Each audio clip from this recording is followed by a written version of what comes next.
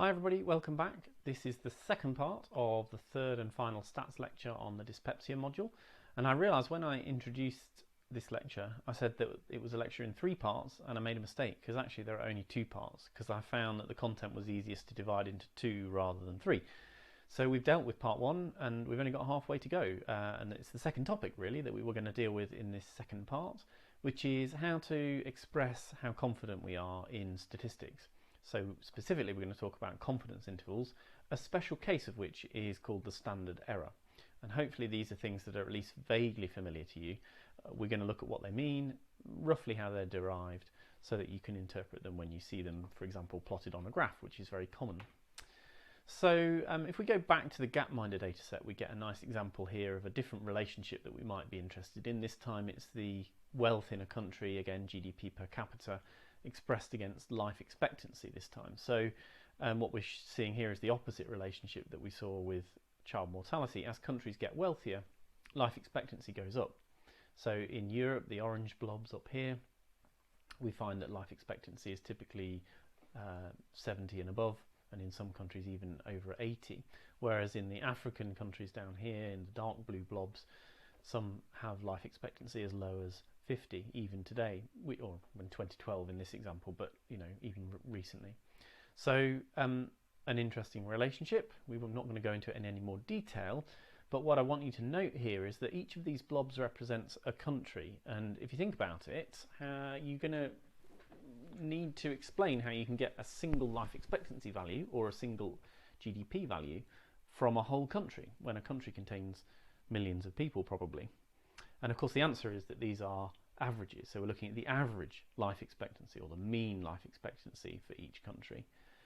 Now the mean, as we've learned from earlier lectures, did we? I've lost track of what we've done. Anyway, the mean is, yes we did, the mean is typically estimated from a sample which is supposed to be representative of the country. So in this case we probably, although actually maybe that's not true, but we probably recorded the age at death of a sample of people in the country, and from that estimated the average life expectancy of everybody in the country. So we take a random selection of the population, we look at when they died, and from that we can compute the expected average life expectancy. Maybe in some countries the data are so good that actually we get close to having a life expectancy estimate that reflects the entire population, but that's unusual, certainly unusual in science in general. Most of the time you're dealing with a sample which is representative of an underlying population. So in this case our statistic, the mean in the sample, is estimating the statistic mu, the population mean for the population. So it's an estimate, and we've seen that just because it's an estimate doesn't mean it's going to be exactly right, and each time you take a sample you're going to come up with a slightly different mean caused by the effect that every individual in the data set is going to be different. So if I choose a different random set of individuals, I'm going to get a slightly different estimate of the mean. So we might reasonably ask, well, how accurate is our estimate of the mean?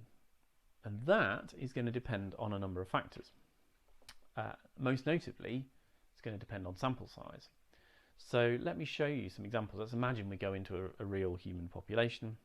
I think I was thinking of Japan here for some reason, because the Japanese populations have famously high life expectancy. Let's imagine that the underlying life expectancy, the true mean life expectancy mu, is 81 years in this population.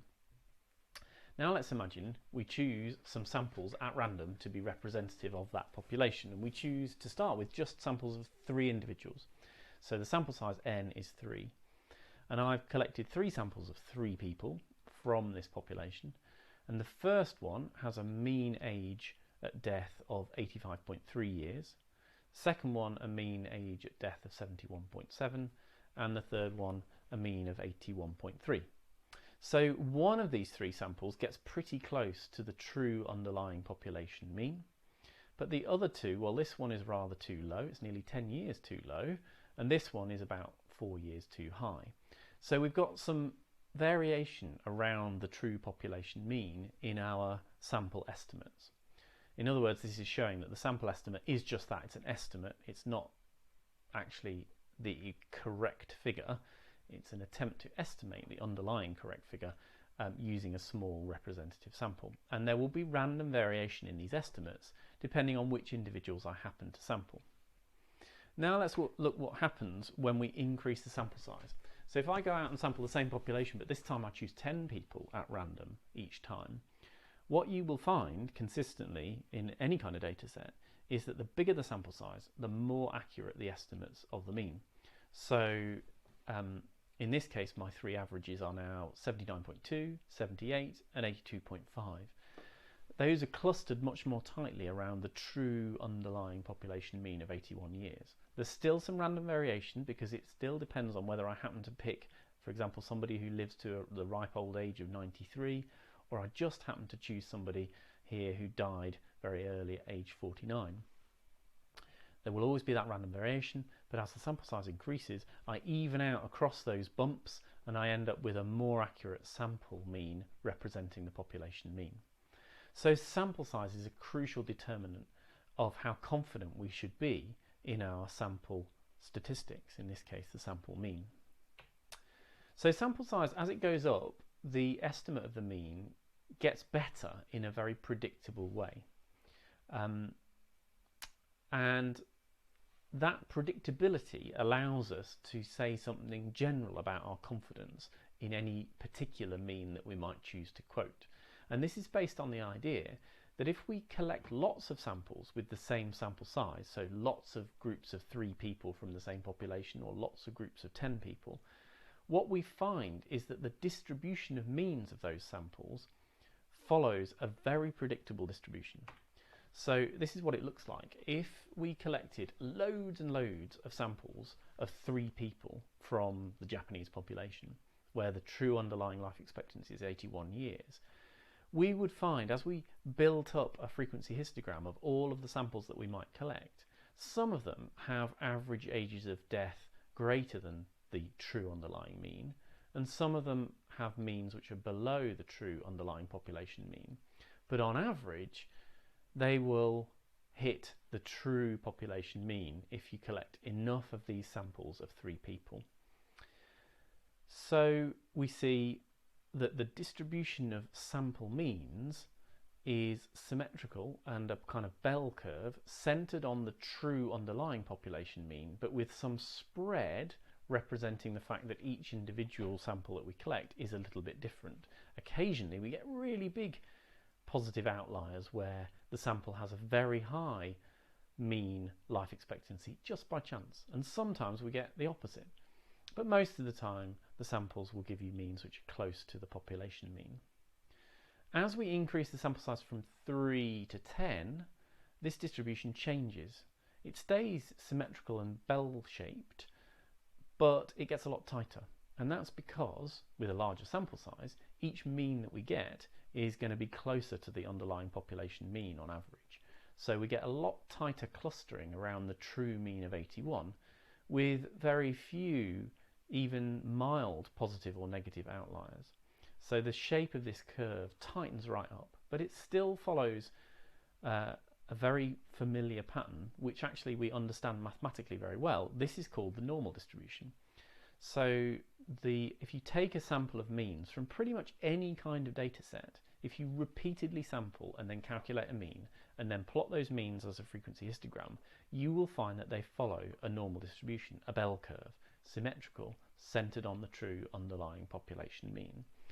And we can even write the equation mathematically for this distribution, for this normal curve. I'm not going to bother you with the maths, but the key principle here is that this behavior is predictable as we increase the sample size n. And because it's predictable, we can say something consistent about our feelings of confidence in the mean. So here's that bell curve, this normal curve. You'll also see it called the Gaussian curve sometimes. It underlies all kinds of important properties of statistics that I'm not going to bore you with today. But the thing you need to know for our purposes is that it reflects the true underlying population mean mu, but with some scatter. And the scatter reflects the variation from sample to sample in the sample mean. Sometimes a bit higher than the true mean, sometimes a bit lower, sometimes almost bang on. And that spread in the normal distribution is described mathematically by a parameter called sigma, which you will know better as the standard deviation.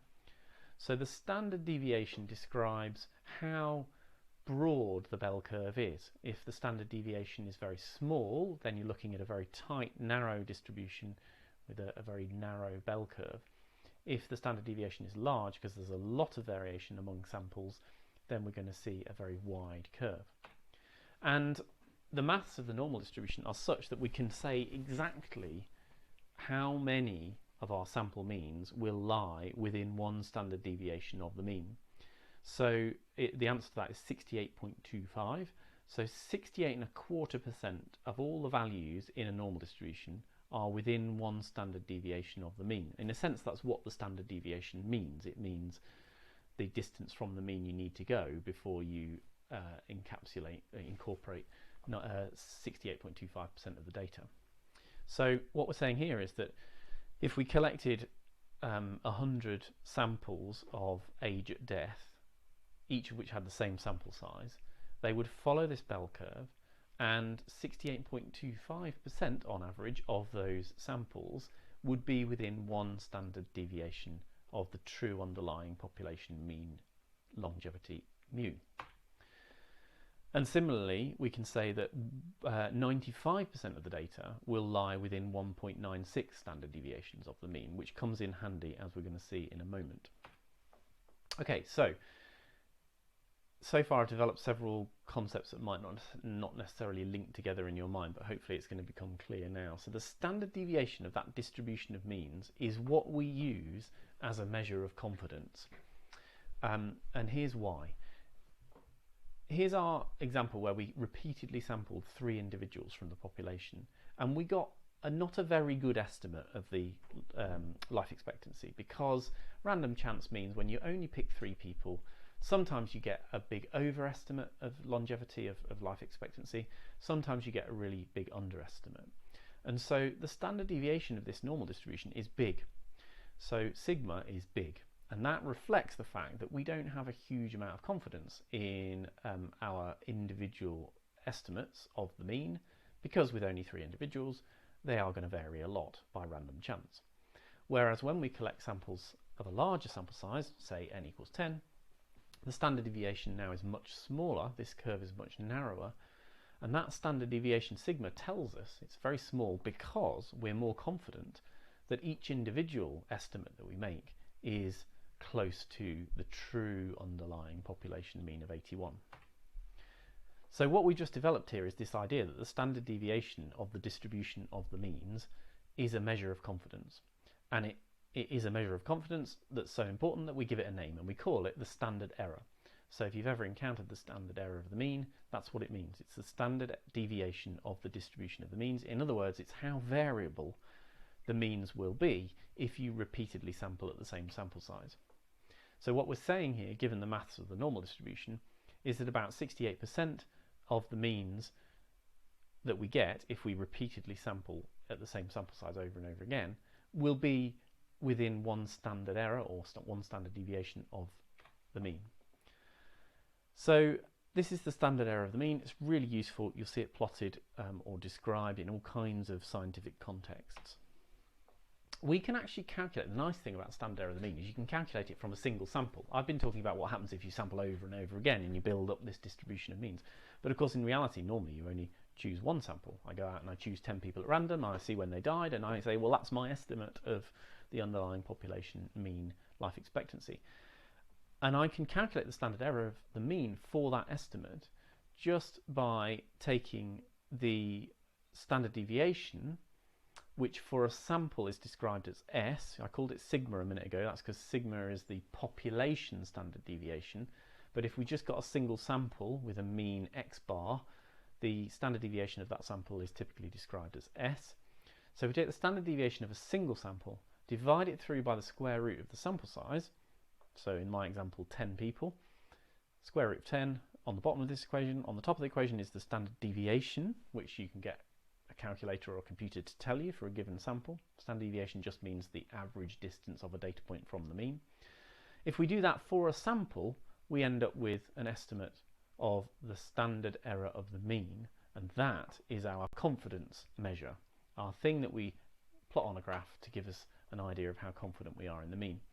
And that is one of the two commonest confidence intervals you're going to see. The other really common one is called the 95% confidence interval, which is just 1.96 times the standard error of the mean. And that 1.96 might ring a bell, because if you remember, 1.96 standard deviations away from the mean gives you 95% of the data. So that's why we call this the 95% confidence interval.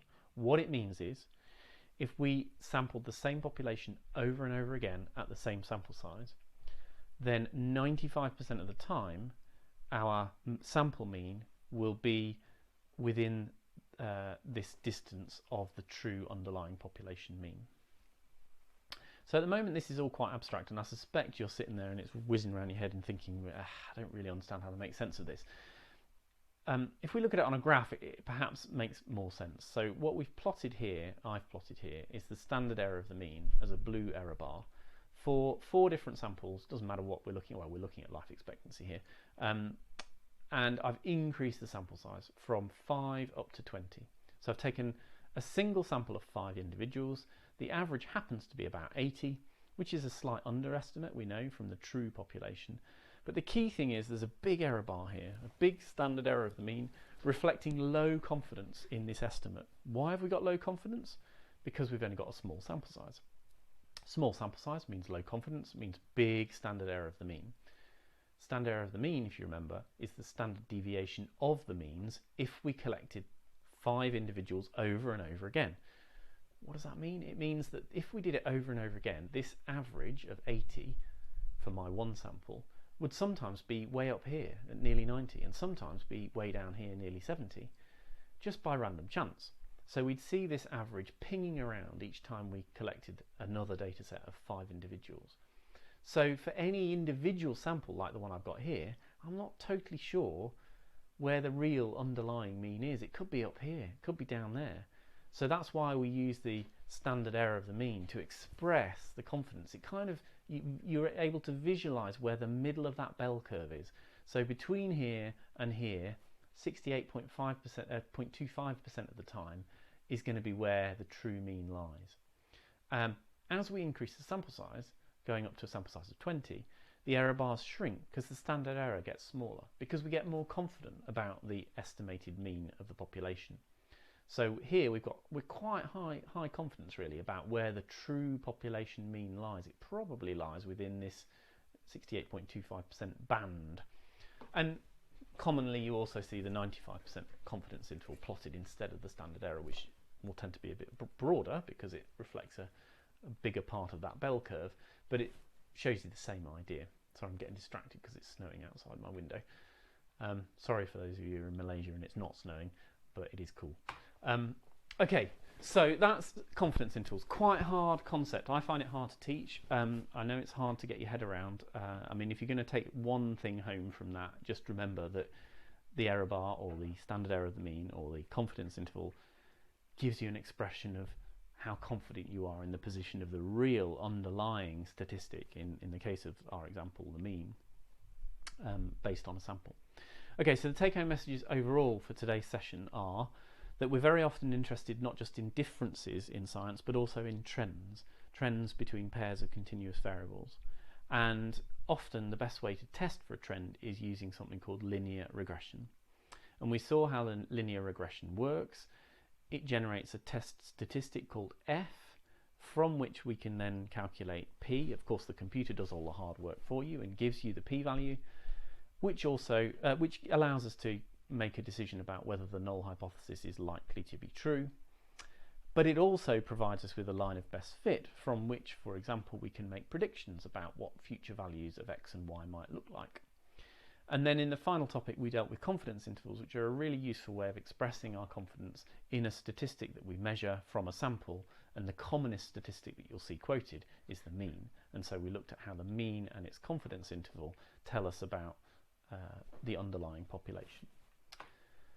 Okay, so if you want to distill that down even further to just a single message, the most important thing from today really, I think, is to understand how to apply and interpret linear regression. In the workshops you're actually going to have a go at applying it, in other words, using Excel to generate the F statistic, the p-value and the line of best fit. Great. So hopefully that my 3 lectures didn't drive you to too much distraction. They outline some of the key statistical ideas that you're going to need in your career as a pharmacist, because I'm afraid you're going to meet stats as you go through. You're going to meet lots of data as you go through your degree and your career. And you need to have some framework for understanding. For example, when somebody puts a p-value on something, and it might be, the government minister talking about the latest COVID data, if you understand what P means, if you understand what confidence intervals mean, then you're starting to get to grips with whether you can trust a data set, whether you can trust a politician, maybe. So sometimes this stuff becomes easier to understand or more intuitive or more embedded in your brain when you actually do some analysis yourself, which is why we're giving you a chance to have a go in the workshops. So for UK-based students, that will be in FAR 1004, the other module. A little bit later in semester, you'll do these workshops where you work through a series of exercises in Excel, and you can do it in your own time, or you can come to the workshops and do it. Either way, the workshops are there to provide you with some help if you get stuck, and so I will probably see some of you there. Otherwise, good luck for the rest of the year, and that's me done.